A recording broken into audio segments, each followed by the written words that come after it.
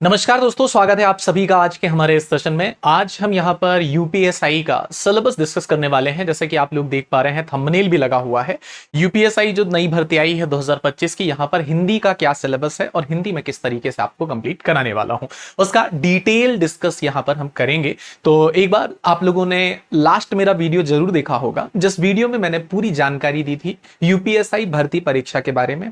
कब ये भर्ती आई थी, कब से फॉर्म आपके स्टार्ट हो गए थे, कब तक फॉर्म भरे जाएंगे, ठीक है। इसके अलावा एलिजिबिलिटी क्या है, किन चीजों का विशेष ध्यान रखना है, वैवाहिक योग्यता की शर्तें क्या कुछ रखी गई हैं, इन सभी पर हमने चर्चा कर ली थी। वो वीडियो आप लोग इसी के डिस्क्रिप्शन में जाके देख सकते हैं, तो वहां से भी आपको जानकारी मिल जाएगी अगर आपने कभी वो वीडियो देखा नहीं है तब, ठीक है। अब हम यहां पे बात कर लेते हैं हमारा जो यूपीएसआई सिलेबस हिंदी का है, ठीक है। क्योंकि बात यह है कि जो 40 प्रश्न है, ठीक है, उन्हीं 40 प्रश्नों के बारे में हम चर्चा करेंगे कि उसका सिलेबस क्या क्या रहेगा। क्योंकि 4 सेक्शन आपके डिवाइड है, जिसमें से मैंने आपको कहा था कि YouTube में पूरी हिंदी मैं आपकी कंप्लीट करा दूंगा, ठीक है।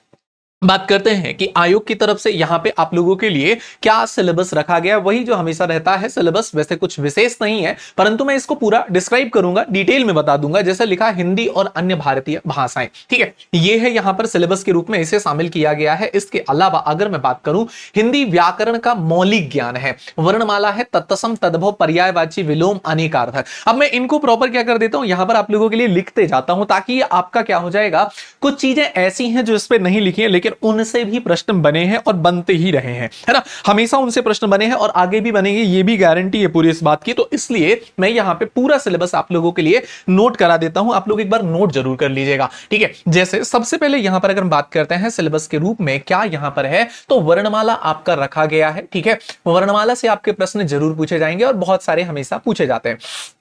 वर्णमाला के अलावा यहां पर जो अगला टॉपिक रहेगा ये है संधि का, ठीक है। संधि के अलावा यहां पर जो टॉपिक है आपका समास का है, ठीक है। समास के अलावा यहां पर एक और टॉपिक है जिसका नाम है क्या, उपसर्ग है। और उपसर्ग के साथ ही साथ आपका आ जाता है क्या सर, प्रत्यय आ जाता है, ठीक है। उपसर्ग प्रत्यय हो गया। उपसर्ग प्रत्यय के अलावा अगर बात करते हैं तो यहां पर भाषा और बोली है ना, भाषा और बोली, ये चैप्टर आपके इंपॉर्टेंट है। बोली यहां पर नहीं लिखा है लेकिन प्रश्न बनाए जाते हैं, ठीक है।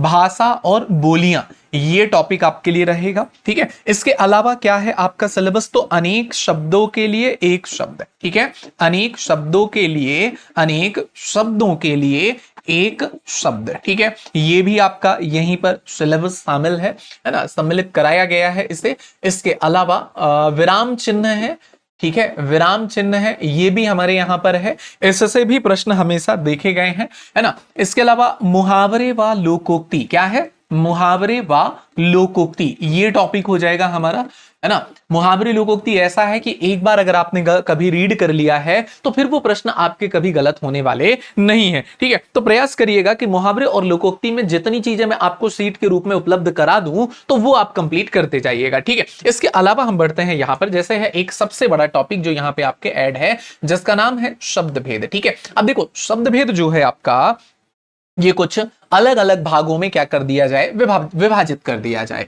ठीक है। उन्होंने विभाजित नहीं किया है। जैसे सबसे पहला हो जाएगा सर किसके आधार पर, उत्पत्ति के आधार पर, या फिर किसके आधार पर, स्रोत के आधार पर, अथवा इतिहास के आधार पर, ठीक है। उत्पत्ति स्रोत या इतिहास के आधार पर, उत्पत्ति स्रोत या इतिहास के आधार पर शब्द हैं और यहां पर इसके क्या हो जाएंगे, भेद करा देंगे, ठीक है।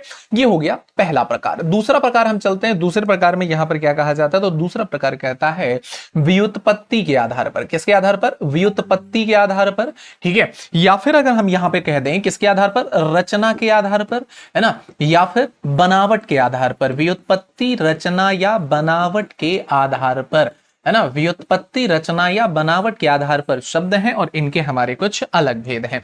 आगे चर्चा करते हैं। जैसे यहां पर आपका आ जाएगा तीसरा प्रकार। तीसरा प्रकार कहता है किसके आधार पर, मान लीजिए हम लोग यहां पर अर्थ के आधार पर ले लेते हैं, ठीक है। किसके आधार पर सर, अर्थ के आधार पर, है ना, अर्थ के आधार पर, ये हो जाएगा एक अलग भाग, है ना, इसको हम अलग कर देंगे। अब इसके अलावा एक और प्रकार बचता है, चौथा प्रकार, उसको हम नेक्स्ट स्लाइड में लेके चलते हैं और इसका नाम है रूप के आधार पर या फिर प्रयोग के आधार पर अथवा व्याकरणिक आधार पर। किसके आधार पर, व्याकरणिक, व्याकरणिक, ठीक है, व्याकरणिक आधार पर, व्याकरणिक आधार पर शब्द। अब इनके हमारे कुछ दो अलग वर्गीकरण होते हैं, है ना, जिनमें से पहला होता है सर यहां पर कौन सा, विकारी, है ना, विकारी शब्द। और इसी के अलावा जो दूसरा है इसका नाम है अविकारी शब्द। ठीक है, क्या है, अविकारी शब्द। चलो ये हो गई कहानी। अब इनका थोड़ा सा एक बार डिटेल हम लोग जल्दी जल्दी से कर लेते हैं। जैसे उत्पत्ति, स्रोत या इतिहास के आधार पर सबसे पहला होता है कौन सा सर, तत्सम शब्द होता है ना, तत्सम शब्द होता है। तत्सम के अलावा अगर हम बात करते हैं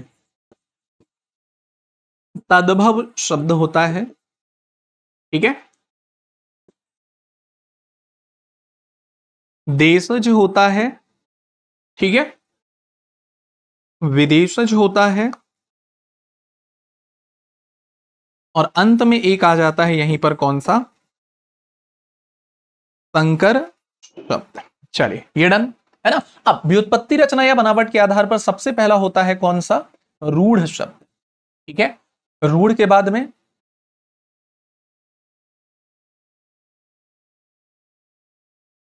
यौगिक शब्द।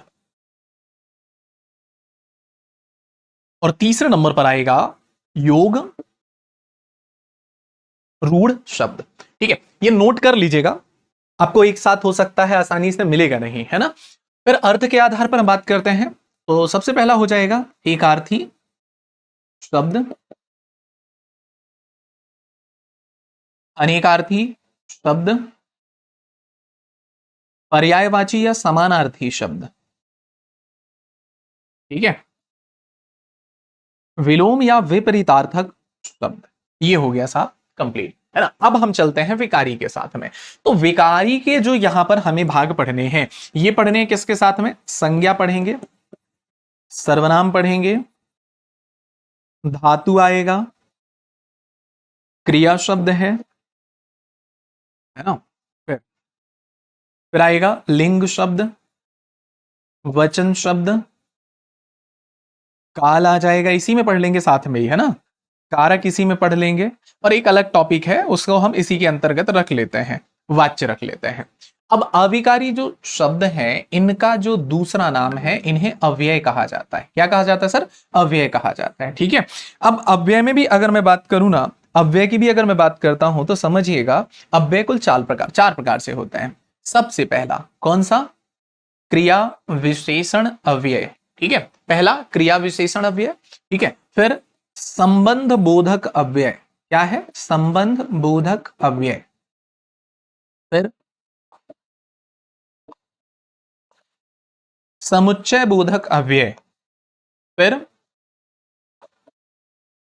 विस्मयादि बोधक अव्यय। राइट, ये हो गया अपना कंप्लीट। किसके बारे में हम बात कर रहे हैं यहां पर, अविकारी शब्दों के बारे में। ठीक है, अब इसके अलावा और क्या सिलेबस है, आयोग ने क्या दिया है, मतलब यहां पर आपका हम उसको और देख लेते हैं। जो कुछ चीजें यहां पर क्या रह गई हैं, छूट गई हैं, है ना, उन्हें भी हम यहां पर क्या कर लेते हैं, सम्मिलित करा लेते हैं। जो भी चीजें यहां पर हमारी क्या है, छूट गई हैं, वो सारी की सारी चीजें हम लोग यहां पर लिख लेते हैं, है ना। चलिए, एक बड़ा इंपॉर्टेंट टॉपिक है ये है आपका पूरा का पूरा वाक्य, और इसी के अंतर्गत आ जाएगा क्या, वाक्य शुद्धि या वाक्य निर्माण। ठीक है, वाक्य शुद्धि, और इसी के साथ क्या हो सकता है, वाक्य का निर्माण हो सकता है। ठीक है, यहीं पर एक टॉपिक है समोच्चरित शब्द, समोच्चरित, है ना, सम उच्चारित, या इसी को हम शब्द युग्म भी कहते हैं। क्या कहते हैं, शब्द युग्म। ओ ओ ओ ओ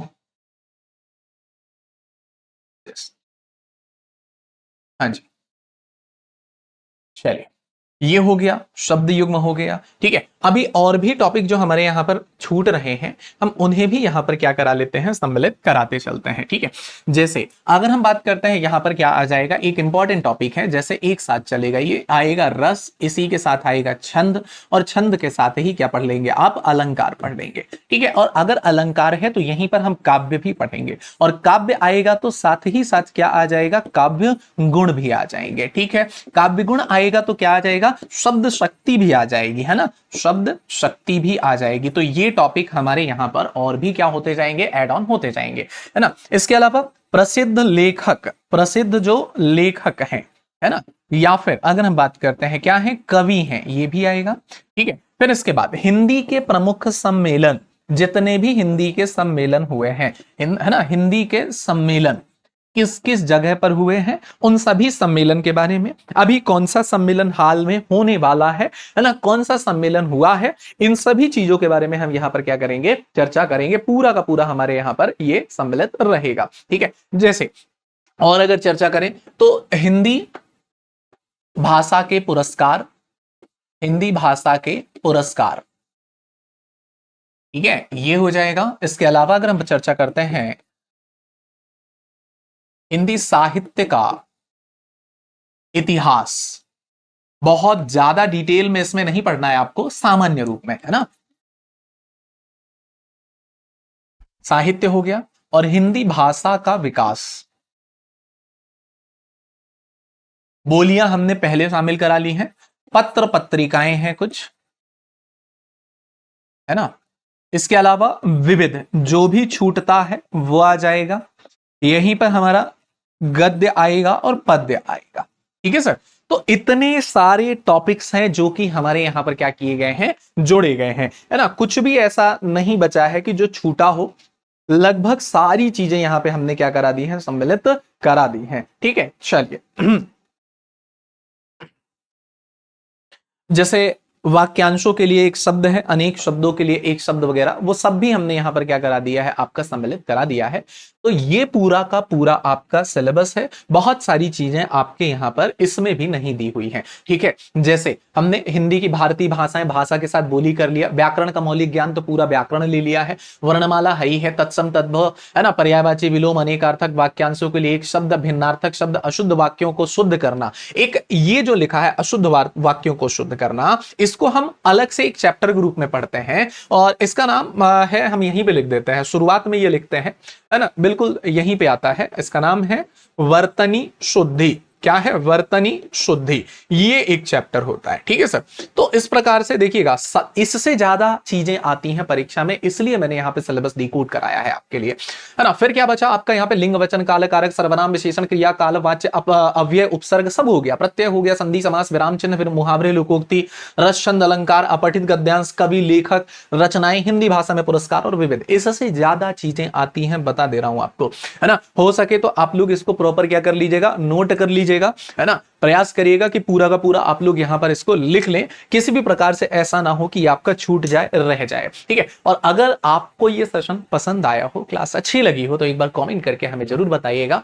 मिलेंगे आपसे पहले चैप्टर के साथ में, और हमारा जो पहला अध्याय शुरू होने वाला है, वो पहला अध्याय कौन सा होगा, हमारा यहां पर वर्णमाला का शुरू होने वाला है। ठीक है, तो फिलहाल अभी के लिए इस सेशन को हम यहीं पर समाप्त करते हैं, मिलेंगे नेक्स्ट अगली कक्षा में, तब तक के लिए धन्यवाद। जय हिंद, जय भारत।